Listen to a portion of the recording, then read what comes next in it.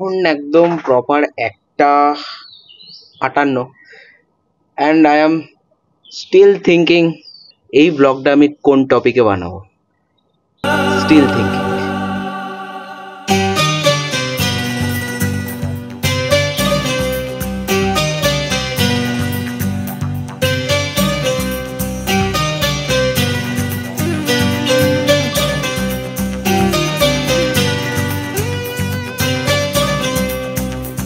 ওকে, তো অনেকক্ষণ ভাবার পর এখন বাজে অ্যাকচুয়ালি 5:45।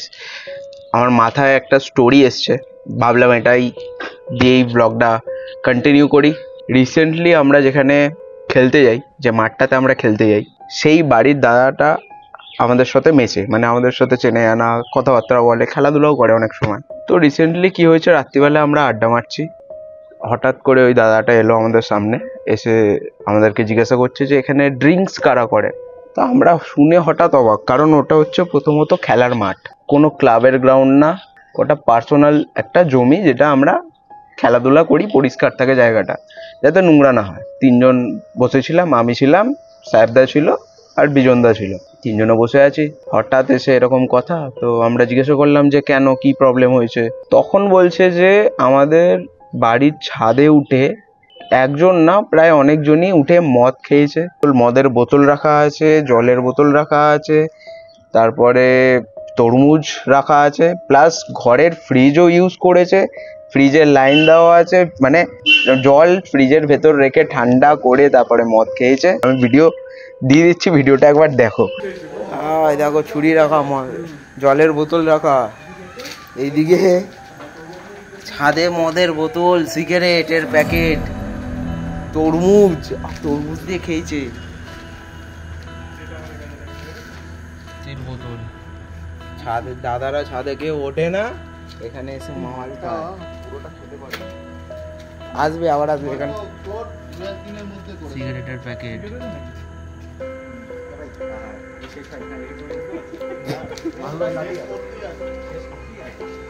বাড়িতে ওপরে কেউ থাকে না, আর ওপরে এইসব উৎপাত। তোমাদের মাথাও আসবে যে দোতলায় কিভাবে উঠলো।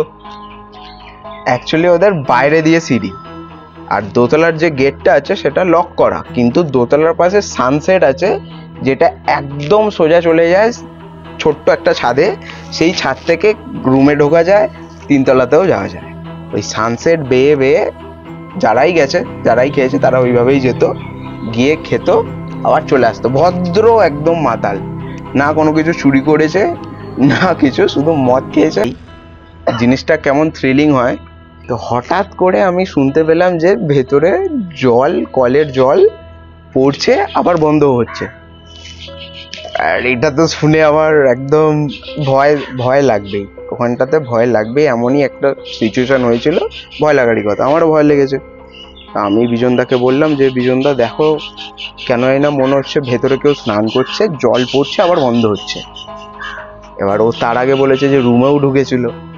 তারপরে দরজা খোলা হয়, ভেতরে যাওয়া হয়, বাথরুমের দরজাটা দেওয়া ছিল, ভেজানো ছিল। দেখলাম যে কলটা ভাঙা, অনেক দিন ধরে ভেঙে পড়ে আছে।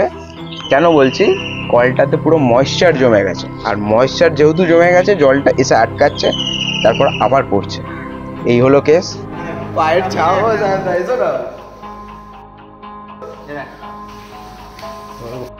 খালি পায়ের ছাপ, খালি পায়ে থোড়ি কেউ হাঁটবে ভেতরে, খালি পায়ের ছাপ, মানে এখানে কেউ জুতো ছাড়াও তো ঢুকবে না, কেউ নেই ভেতরে। পায়ের ছাপ, এটা ঢুকি, লাইটটা দেখি, বাটা নিয়ে না একটা।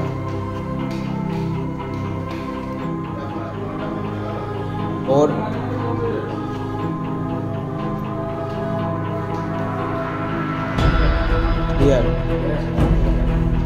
বাথরুমে দেখো, গেছে এসছে।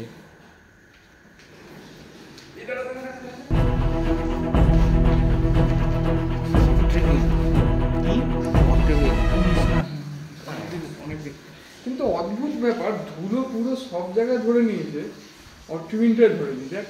হ্যাঁ, পরিষ্কার সব বন্ধ করে দিলাম। একবার ওইদিকে চেক করেছো? হ্যাঁ ওইদিকে ওইটা তো তারপরে আমাদের ওই তো বাইরে চলে যাবে। আচ্ছা আয় তো। ওই এদিকে সব গামদা গামদা